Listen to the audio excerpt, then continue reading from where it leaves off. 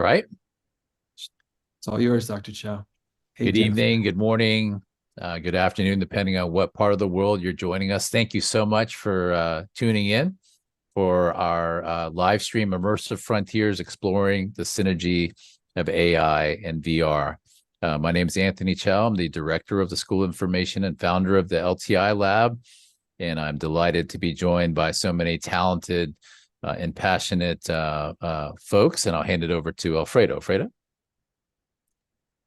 Or introduce yourself, that is, Alfredo. Yeah, hi everyone. I am Alfredo, and I am the School of Information Technology Integration Lab Manager. And I'm thrilled that you are taking the time out to share this with us tonight or watching us on our recordings. And again, we are also joined by our lab interns Yep. as well as our lab student coordinator. So I'll pass this over to Nick Bieber to introduce himself. Thanks, Alfredo. Yeah. Hey, everyone. I'm Nick. I'm the LTI Lab student coordinator. I started off as an intern at the lab, and now I've got the student coordinator position. So, yeah, I'm happy to be here. We can let Chelsea introduce herself next, I guess. Hi, everyone. My name is Chelsea Layug. All right. Tanya? Hi, everyone. My name is Tanya Sidra, and I'm an intern for the LTI Lab and the VR, the Virtual Reality Lab as well. Nice to meet everyone. Thank you, Tanya. Melanie? Hi everyone, this is Melanie. I am one of the interns for LTI Labs during the spring 2024 semester. So again, I'm so happy to be here. Again, hello everyone. Thanks, Melanie. I guess we'll see Jonathan a little bit, and I'm assuming Jennifer as well, Fredo. I'm not sure if Jennifer is. Yeah, we'll have recorded pieces from Jonathan and Jennifer later on in the presentation. Great. All right. And so before we kick this off, I wanted to kind of share a little bit about the Library Technology Integration Lab. This was the brainchild of Dr. Chow, our director here at the iSchool. And our goal with the lab is to support libraries and librarians in their mission to bridge the digital divide and increase engagement in their communities. And the way we're doing it and helping make this vision a reality is we're looking at research and development. We're exploring current and emerging tech, testing out and experimenting them to ensure that they're practical and effective for library services and programming. We do the stumbling with the tech, so you don't have to. We also put this all together and share it on our LTI page. So if you scan the QR code at the bottom right, you'll be able to kind of see our page and all the resources that we have. If you click through, Nick will bring up the next two bullets here. So the next thing is hands-on learning. Our lab isn't just a think tank. We're a hands-on playground. And you could see it in the photographs that we added there on our page. We have faculty, librarians, students all come to the lab to kind of do a deep dive into tech. So we basically are learning by doing. So that's one of the other ways that we are kind of making this vision into a reality. The next is sharing knowledge. So we're all about collaborating, and our spaces, our lab and our virtual space serves as a platform for librarians, libraries to kind of share their insights, their resources, their best practices with one another. So I really encourage anyone who's here live or watching afterwards to reach out to us. And at the very end, we'll have our contact information if you want to collaborate. And then also, one of the big ones is digital literacy and equity. So we are committed to promoting equal access to technology for everyone. And our lab isn't just about testing emerging tech. It's about making technology accessible to all. So again, I push you to our site to check out the wealth of resources that are available on our page. You'll find insights, guides, tools, pretty much aimed to promoting digital literacy. Especially our section, which ties into our live stream today, which is our resource center for AI use in libraries.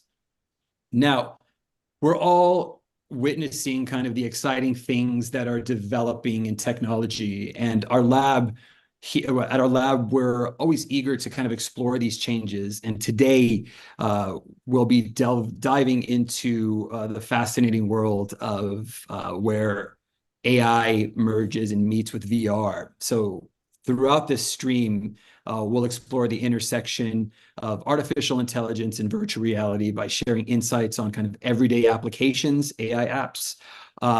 We'll look at futuristic smart glasses. We'll look at AI used in image editing. We'll look at spatial computing technology, and then we'll wrap it up with a piece on cybersecurity practices when it comes to generative AI. So let's transition to our presenters now and explore this convergence of artificial intelligence and virtual reality. So we'll start things off with Nick giving us a high-level overview of VR and Gen AI and AI. So I'll pass it over to Nick. Take it away. Thanks, Alfredo. Hey, everyone. Thanks for joining us today. I'm excited to kick off this live stream by giving you a quick overview of two really fascinating technologies, artificial intelligence and virtual reality. These innovations have the potential to completely transform the way we experience libraries, and I can't wait to dive in and explore their possibilities with you. First up, let's talk about artificial intelligence, or AI. In a nutshell, AI refers to computer systems that can tackle tasks normally requiring human intelligence, like understanding speech, making decisions, or translating languages. What's really cool is that these AI systems can actually learn and improve over time, just by processing data and experiences. Now let's zoom in on generative AI. So this is a special type of AI that focuses on creating brand new content like text, images, music, or videos, all based on patterns it's learned from existing data. Some cool examples include large language models that can write almost like a human. That could be like ChatGPT, image generators that can conjure up unique pictures just from simple text descriptions, or even music generators, which can compose songs in various styles and instruments. It's pretty wild. So how does this apply to libraries, though? Well, generative AI could totally revolutionize the way libraries serve their communities. Imagine personalized book recommendations, super engaging educational content, and even streamlined librarian tasks, all powered by AI. It's got the potential to take the library experience to a whole new level. So let's switch gears now to virtual reality, or VR for short. VR is essentially a computer-generated simulation of a 3D environment that you can interact with in a way that feels incredibly real. And you use specialized electronic gear like a headset and controllers to do this. But once you put on that headset, you're just completely immersed in a digital world that you can explore and engage with as if you were really there. The applications for VR are endless too. A few cool examples include virtual tours of historical sites or museums, immersive gaming experiences that let you step right into the action, and even virtual training simulations for professionals in fields like medicine or aviation. Now picture this in a library setting. VR could transport patrons to far-off places, allow them to dive deep into educational experiences, and even enable virtual book clubs where readers can connect and discuss their favorite stories in a whole new way. The possibilities are very exciting. So yeah, there you have it. Just a little primer for the topics we'll be diving into today. These technologies are rapidly evolving, and I can't wait to see how they'll continue to transform the way we learn and explore and connect with one another. With that, I'll hand things over to our next presenter, Chelsea, who will dive a bit deeper into AI. So thanks everyone for tuning in.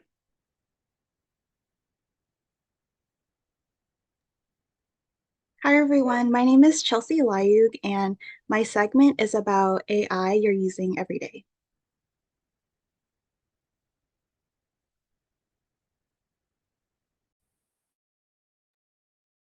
The first use of AI that I'm presenting is Grammarly. So Grammarly is a free AI writing assistance tool that helps people with spelling errors, grammatical errors, writing tone, and writing context. So you have most likely used Grammarly in emails, assignments, research papers, and projects, as this service can be used across different apps. It really helps with proofreading and reviewing your words to convey your message.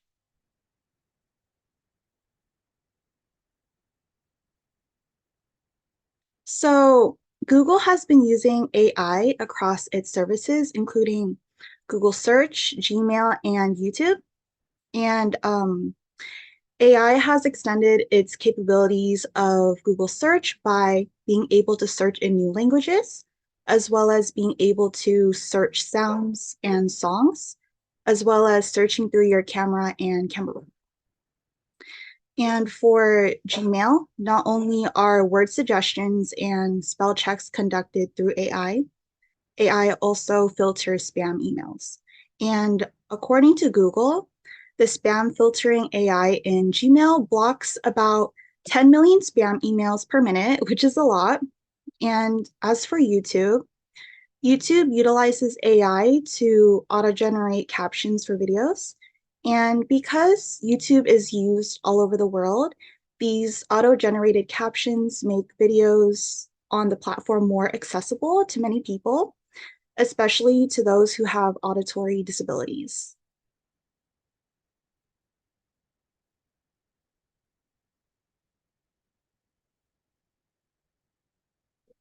AI in streaming apps. So streaming services such as Netflix, Hulu, and Spotify collect user data, which includes your media likes and dislikes. So AI uses this collection of user data to determine what kind of media to recommend to you, whether it's movies, TV shows, or music. And this is why you see app-generated collections being recommended to you on your TV and phone screen.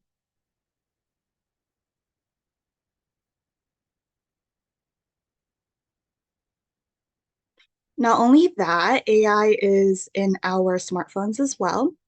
So Siri and Alexa are two of the most popular digital voice assistants.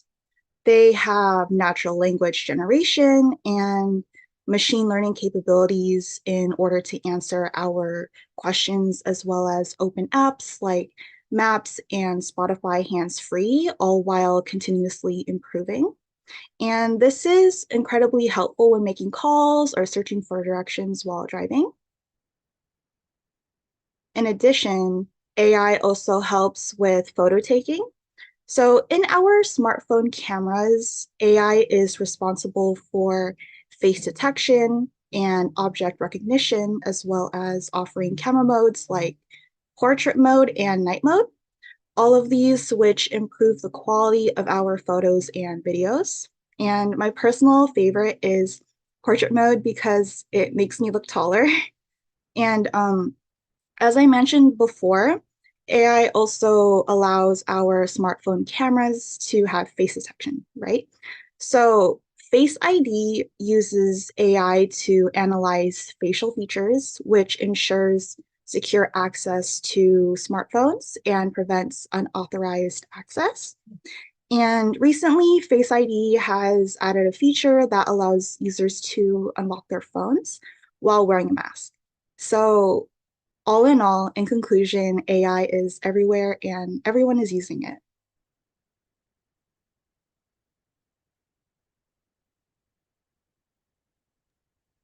Thanks so much, Chelsea. Up next, we've got Tanya. Hi everyone, You I'm take the floor. Tanya, and I will be talking about one of the pieces of technology we have in the LTI lab that I got to play around with and experiment with, and will be using consistently in the LTI lab for any other events that we are doing. So I want to give an overview first of what the Ray-Ban Meta smart glasses are and discuss how this technology is being used and applied in the iSchool program and other information organizations, libraries that we are collaborating with as well. So the glasses are designed through a collaboration of Meta, formerly known as Facebook, and with Ray-Ban. The glasses allow users to listen to music. You can also live stream through them. You can take phone calls, you take pictures, and take short, like 30-second videos. And all of this content that you create can be uploaded to your social media accounts through an app. So the app that you have to download on your phone is the MetaView app. And through there, you'll be able to connect all of the pictures, videos that you took and import them on the app. So once it's on there, you just import it and it can get downloaded to your phone into your main like photo library. The main purpose of these classes, I would say, is to have more of a hands-free experience that just creates less disruption.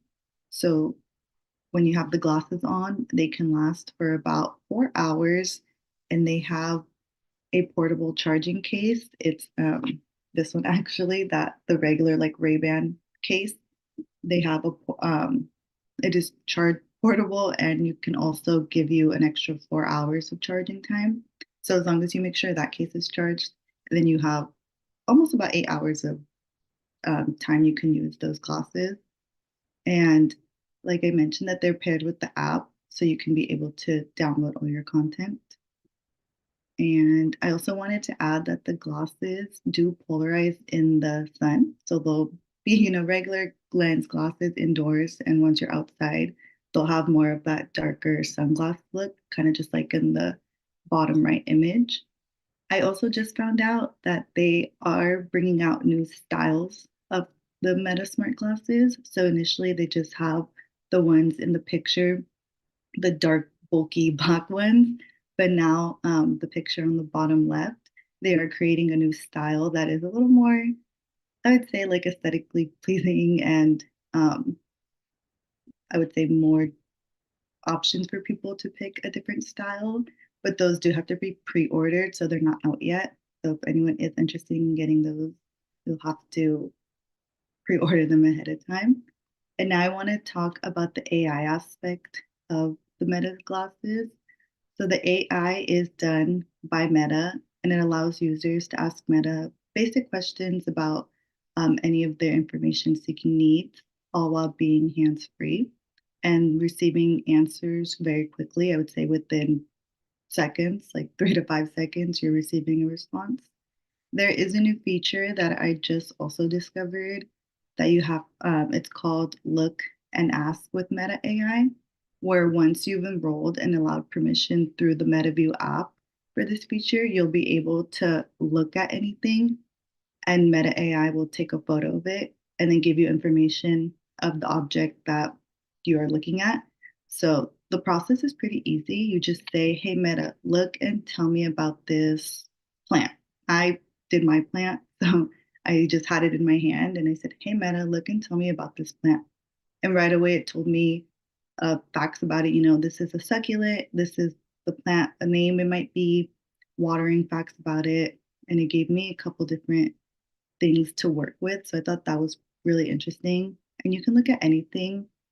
You can look at a water bottle, a plant, a building, a car. So I thought that was a cool feature of the sunglasses and that AI is doing. Is like providing more of a big visual picture versus just asking.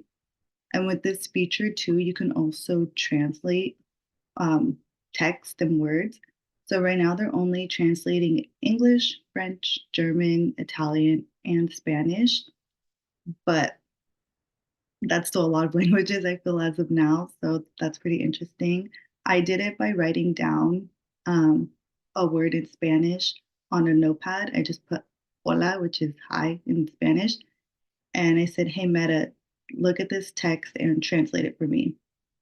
And it did right away. It's just like, oh, it responded and said, this is hi in Spanish. And you can also ask various other questions. If you're looking at something that you're baking, you can say, hey, Meta, look at this cookie and give me information about it, or a recipe. And I think that's a really cool aspect about it as well, too. I did want to mention that you can also ask Meta about the percentage of the battery of your sunglasses. So you just say, hey, Meta, what is my battery life? And it'll tell you, but it also will pop up on the app as well. And you can also ask them to take a picture. So you can say, hey, Meta, take a picture and send it to, whoever's name you want to send it to in your contacts, or take a picture and send my last picture to so-and-so's name. And I thought that was a cool feature because it's very hands-free and you won't need to grab your phone. You can just take the picture on the spot by clicking on the right of it through the button, and then ask Meta to send it, and it will directly be sent to whoever you want it to be sent. So it's more of the hands-free aspect as well.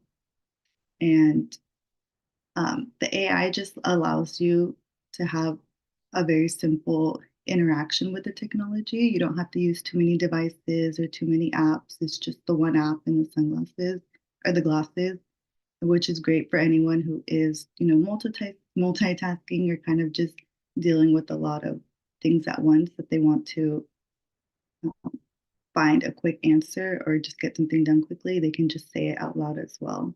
So I think that's really helpful, Meta AI, and it's just been really useful it can be really useful to anyone.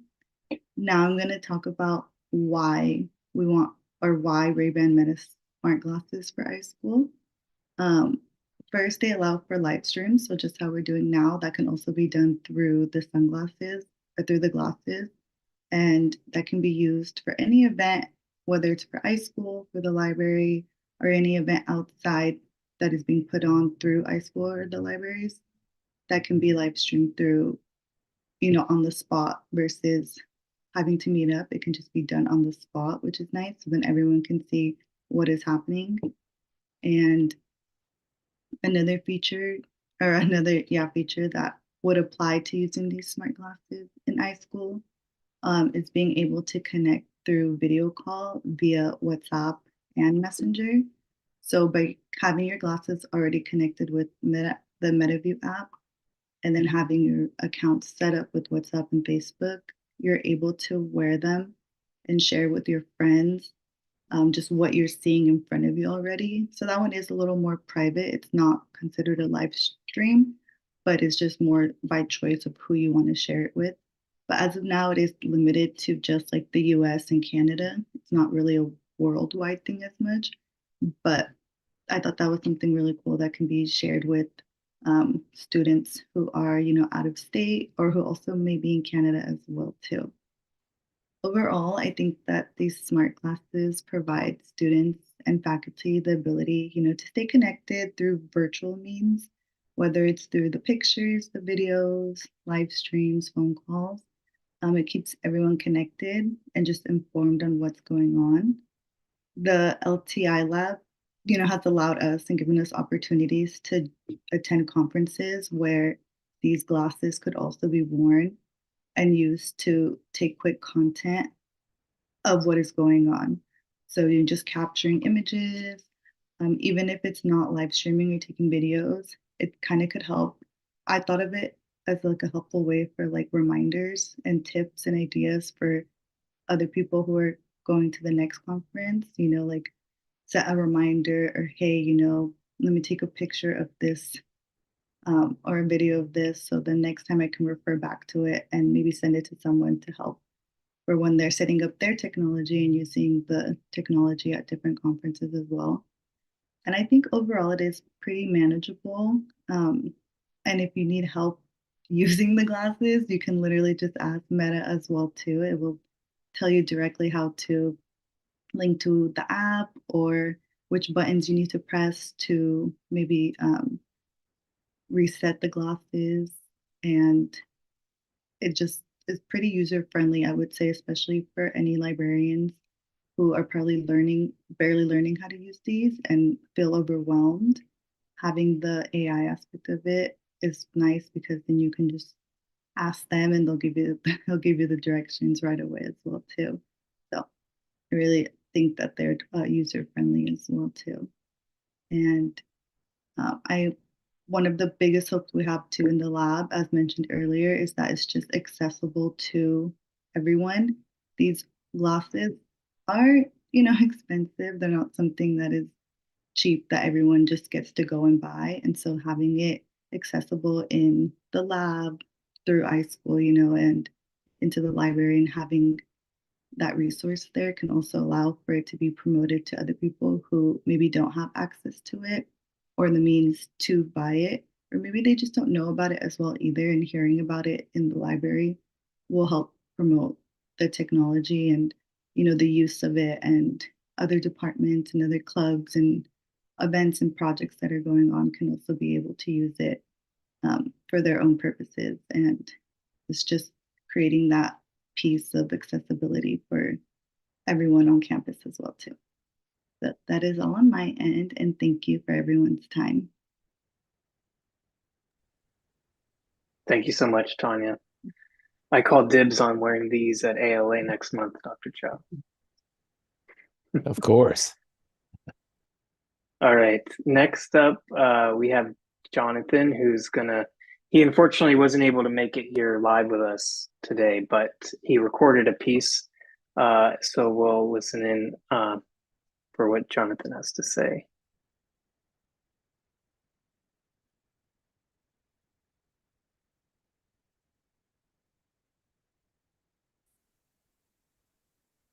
Hey everyone, thank you for joining.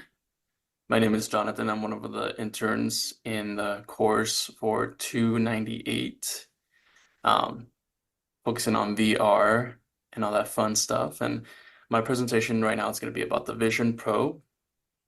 And just going to go ahead and start off with an overview. And basically, unlike any other headsets that give just a VR virtual reality experience, the Vision Pro gives both an AR, augmented reality, and a VR experience. The Apple Vision Pro is considered a special computer, meaning it uses physical spaces as its canvas. No need for desks, offices, office supplies, or physical computer devices. The Apple Vision Pro will eliminate all those factors and allow a more immersive experience. With no additional tools, controllers, the patrons do not need to be tethered to a physical world. It is allowing for limitless possibilities on where and how to use new technology. And then we have some specs here that I listed on the slide, but of course there's a huge list on the Apple website. But I would like to touch points on the capacity, which is from 256 gigabytes to 512 gigabytes and 1 terabyte. The display is kind of cool too. So it has 23 million pixels. It has a 3D display system, micro OLED, and a 7.5 micron pixel pitch, 92% DCI-P3, and supports refresh rates of 90 Hertz, 96 Hertz, and 100 Hertz. It also supports playback multiples of 24 frames per second, 30 frames per second for judder-free video. It comes with two different chips, an Apple M2 and an Apple R1.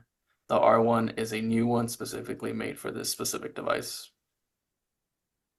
Battery life lasts up to 2 hours with general use. Video watching is maybe 2.5 hours.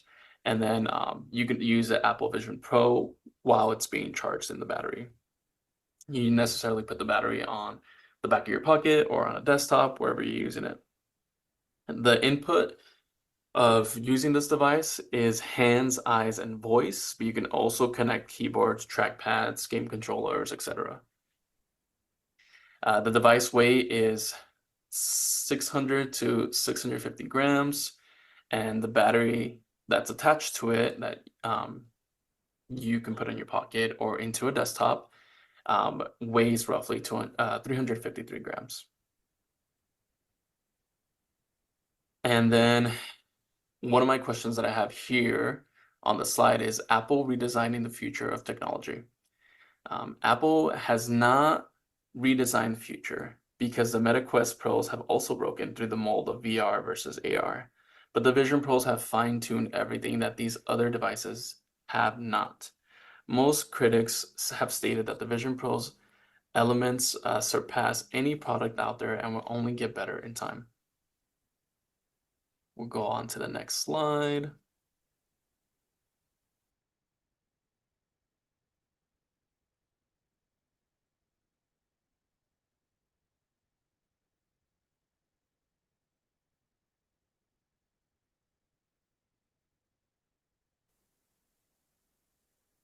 And then here I have two statements. Apple acquired the rights to it, rights and information for an AI company called Darwin AI. And then Apple has recently purchased a small AI company called Darwin AI, and this company states on its website that Darwin AI is a rapidly growing visual quality inspection company providing manufacturers an end-to-end solution to improve product quality and increase product efficiency. Their product AI, XAI platform has been adopted by numerous Fortune 500 companies, easily integrating AI that can trust and results that they can use. Their XAI platform has built from years of research, 500 plus publications, including numerous awards, and led by Alexander Wong, Canada's research chair in AI.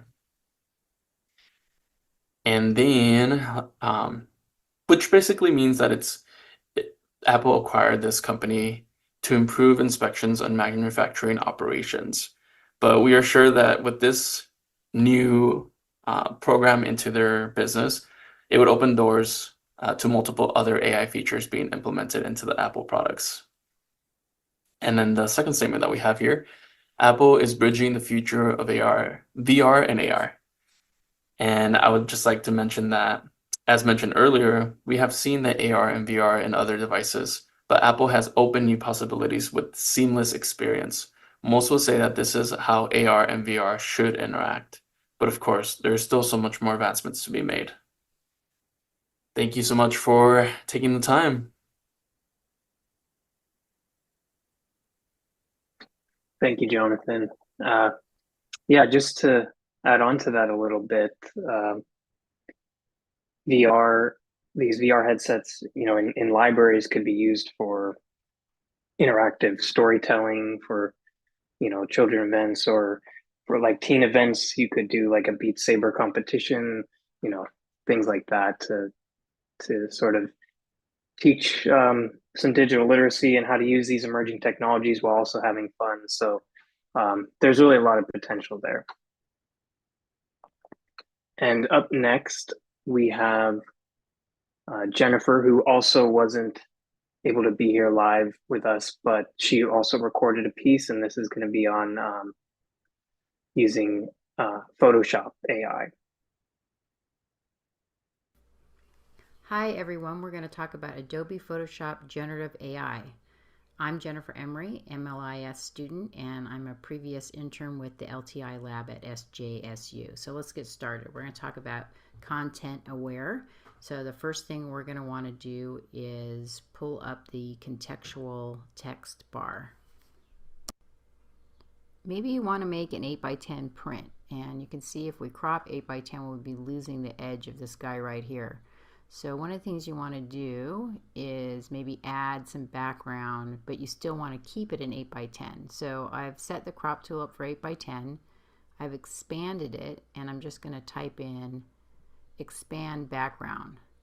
Now really you don't have to type in anything. It should probably do it for you, but we're going to try it this way first. So once you hit generate, you'll get a few choices like this. You can see some of them did good, some of them didn't, but you just pick the best one. And if we turn it on and off, you can see what the background is. And we still have an 8x10 size. Now let's look at this one. We're missing the side of the girl's arm, so maybe we want to tell it to generate more of her arm. And the first time I tried it, I got this strange guy right here. And so it gives you some strange things. And again, if you just hit generate, sometimes that's a better thing to do rather than typing in anything. So here's another one that I tried, and it came out a little bit better. And some of the aberration you see there is just, this is a stock photo, so it's got a little bit of text on it, but it did a pretty good job. We turn it on and off, we can see we've got more arm. It looks pretty natural. But we do have a little issue in the corner here, if you see there, and you could just clone that back in, and that's because I had it on a white background. So if you just hit the clone tool and put it at, flatten the image first is a good idea. Put it at 100%. You can just clone in that little corner right there. Select the dress and add in at the bottom. And then you've got a pretty natural looking photo right there. Now, content aware works with the crop tool, so you can just move it out like this, but it is going to make the photo bigger, which is what we were doing earlier. Was trying to make it the same size, 8 by 10. But here we go. We got 3 choices, and we can pick the best one. And if we choose that one and we turn it off and on, you can see we did add content to the photo. What Photoshop has in it now is just, you can basically make up an image, and you go to generate image, and I typed in dog jumping over a rainbow. And this took a little bit of time, but I'm going to fast forward, and here we go. Well, he's kind of under the rainbow, but not a bad job. One last thing I wanted to show you was neural filters, which maybe we're not thinking of it as AI, but it is. And they have this beta test here for photo restoration. This is an old photo of me when I was a baby that I scanned from an actual photograph. And as you can see, when you just press the button, it generates, and the best thing to do is create a new layer mask. Now, I didn't want it really to look like it wasn't an old photo, so I'm going to take down the enhance and just bring up the scratch reduction. And then when that's finished, you open it up and you've got a layer here. And the reason I did the layer is because then I can see the difference between the two if I turn it on and off. And I can also go back and paint back in some areas that maybe got a little too soft. So you would go and select a brush, and you'll paint with black. And if I turn it off and on, you can see the difference. So if I click on the mask itself, click on the brush, and then change it to black, I can now bring back anything that I want still to be there. And I'm at an opacity of 100, so it's 100% going to bring back in whatever was done. And sometimes the eyes or things like that might get a little soft, and it didn't quite get where all the scratches are, but it does a really good job. As you can see, that scratch right there, and some scratches down here. And you can actually bring them back in if you want to keep them. So that's it. Thanks for joining us with a little bit of Photoshop Generative AI.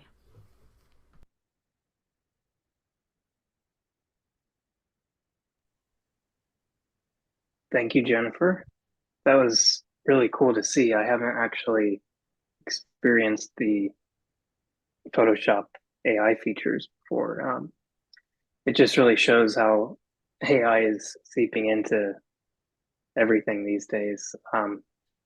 Thinking about this in a library context, I could see that being useful for all kinds of things. I mean, we are currently building a web-based virtual reality exhibit, and we've had to use Photoshop to edit the images to put into the VR space. And so for things like that, or just for marketing purposes, all kinds of things. So thank you again, Jennifer. Oh yeah, go for it. To add to that, Nick, for any iSchool students watching, you have all access to Adobe Suite, so Photoshop amongst other things that are part and free to everyone for San Jose State students. So take advantage of that if you are a student at the university. Yeah, great point. Thank you, Alfredo.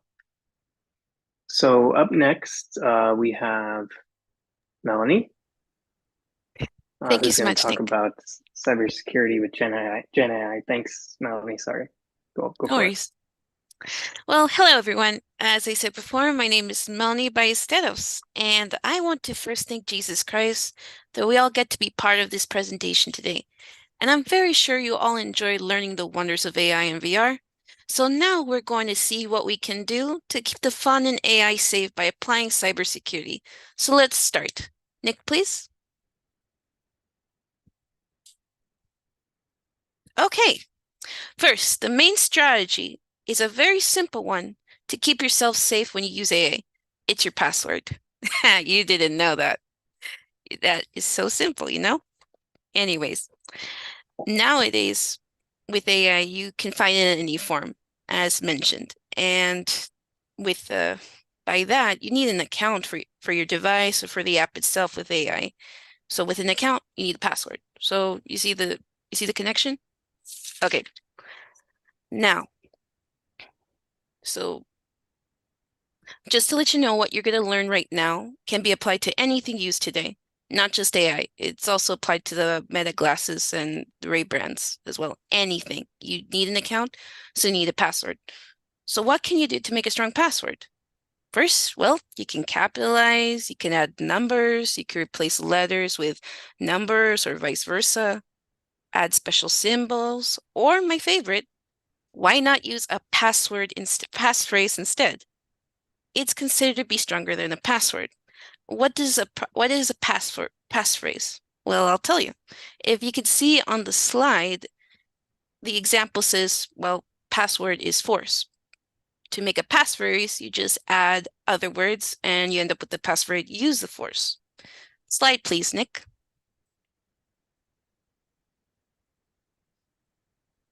Okay. And my other favorite way to be creative to create passwords or passphrases is if you know another language, well, you're in good hands. Fun fact, in World War II, American Indians were enlisted to be code talkers where they shared encrypted messages using their own languages. So again, if you are bilingual or multilingual, well, use it to protect your information. Slide, please, Nick.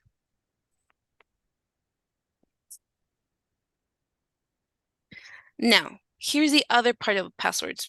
You can't share them. If you try to share them, well, your password now is part of your digital paper trail, and one way or the other, somebody will find it. That's just how it is. So keep your password discreet, and if you do have to share it, well, be sure to change it at that instant.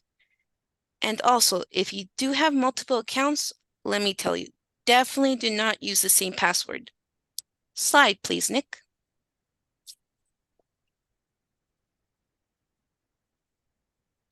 Again, when you create your account to use for Gen AI, do not use the same password. Do not type anything or refer anything you want to keep private. But also, this is important. Do not use the same email from your everyday life when you have an account with Gen AI. Slide, please, Nick.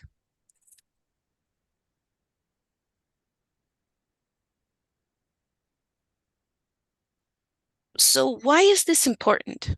Why does it matter to not use the same password, to not use the same email or type anything you want basically on Gen AI? Well, let me tell you for starters. Once you put anything private or sensitive information of yours on Gen AI, well, it gets absorbed into the AI and give it to someone else, basically. That's how it works. That's because that's how Gen AI is structured. It can't tell if you are putting information that could be used for anybody or you're keeping it private. I'm just saying.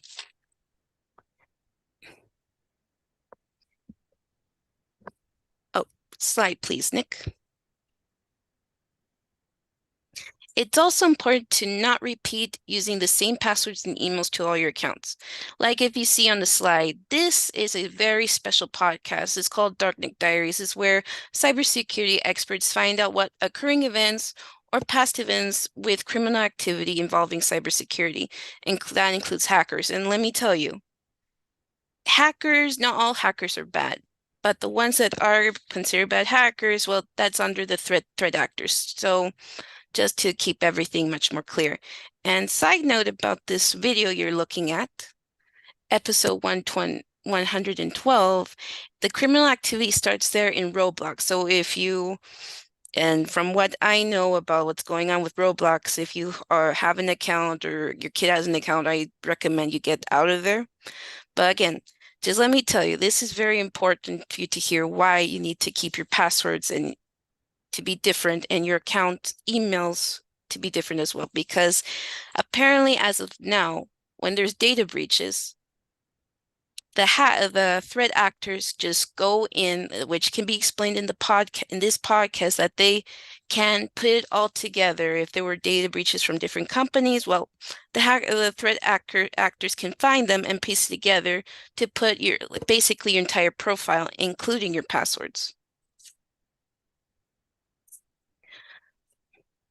So now that you know, make sure to make separate emails and passwords depending on the account.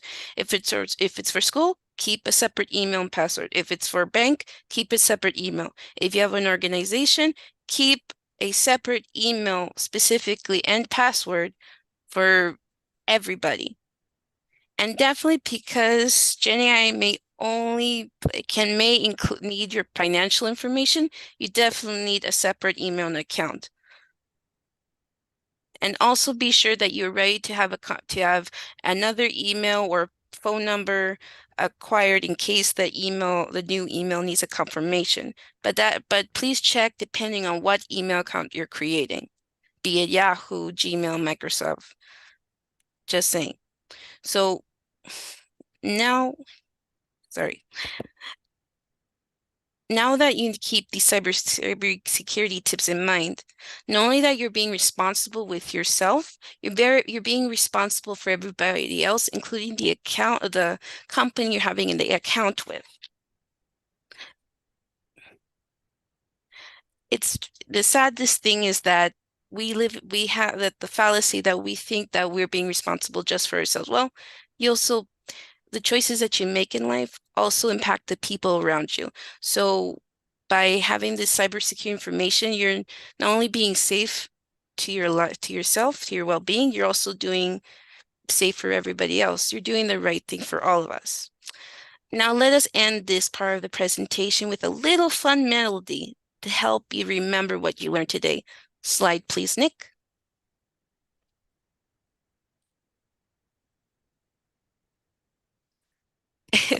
Next slide, please.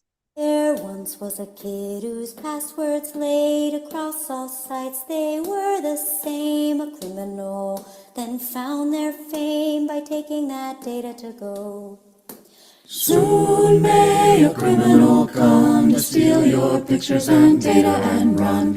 One day when the crime is done, they'll steal your account and go. Thank you, everyone. Thanks so much, Melanie.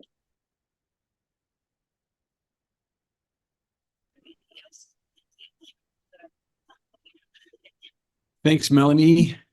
Thanks, team, for your contributions that you made to this live stream. I'm definitely going to run and go change my password and double check everything's okay. But I wanted to reiterate to those watching that this isn't just about us presenting.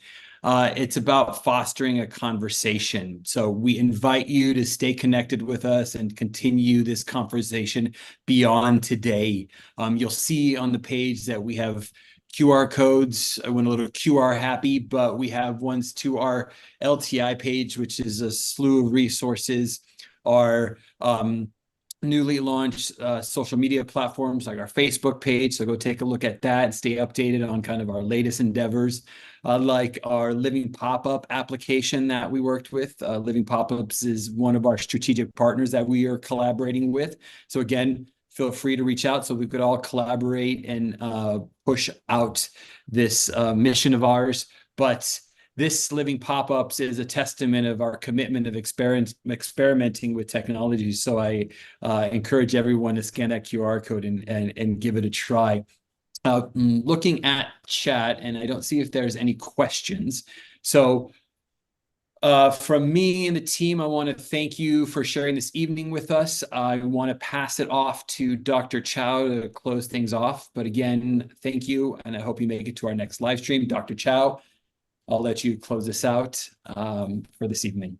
Thank you, Alfredo. So this is our third live stream by the Library Technology Integration Lab. I want to thank Alfredo Alcantar, who is our LTI manager, Nick Bieber, who is our LTI coordinator, Tanya, Chelsea, Melanie, Jenny, Jonathan. The bottom line is we have a very strong team, and our mission at the LTI Lab is to teach digital literacy. And that starts with our students, moves to librarians and libraries, and even teaching your patrons and communities as well. So we have a saying, we learn by doing. And the bottom line is the iSchool, SJSU iSchool is committed to purchasing the latest emerging technologies, conducting some research and development, getting our students involved. And then, as Fredo mentioned earlier, we go through the pain so that you don't have to. And we will, again, share what we learned with the field. And I can say that one thing that will be a future service for the LTI Lab will be AI training. We are hearing a desire for that at all levels, from libraries, librarians, but also helping teach basic AI skills to community members as well. And lastly, I think we do have a quick demo of our latest use of augmented reality, which is our hot off the press iSchool Living pop-ups, where we are going to put a QR code in all of our print material. And when you download our app, you will be introduced to our interactive avatars, who actually will ask you questions as well. But more importantly, it's a good example of taking print and adding a digital layer. So, Alfredo, let's show them Jen and Claire. Yeah, so here, the video that you're going to see on this screen is just a screen capture from my mobile device. And so it's one of the options that you could choose from. If you look on the bottom, you can scroll through options and then tap the screen to activate the AR experience. Oh, hey, Claire, I just wanted to ask. Shh. Oh, sorry. What are we doing exactly? Shh. The internet is out there, full of spam bots, trolls, lurkers. It's easy to get lost out there if you don't know what you're doing. Oh, no. Fortunately, our instructors are excellent. Now, again, it was just a little 40-second clip just to kind of get you hyped for this, but please feel free to scan that QR code and give our app a try. Again, this is just kind of a fun way of us incorporating, one, collaborating with partners, two, playing with tech and seeing what we can do with it. And so hopefully this opened up your guys's mind, sparked some interest. And again, feel free to reach out if you would like to collaborate. So thanks again. And Dr. Chow, everyone. Yeah, want to again thank everybody. Thank all the students. I hope you had a great experience. And I again want to thank Alfredo and Nick for all of your hard work. Thanks everyone for joining us tonight. And we look forward to connecting and working with you in the future. Have a good night, everyone. Have a good night. Thanks, everyone.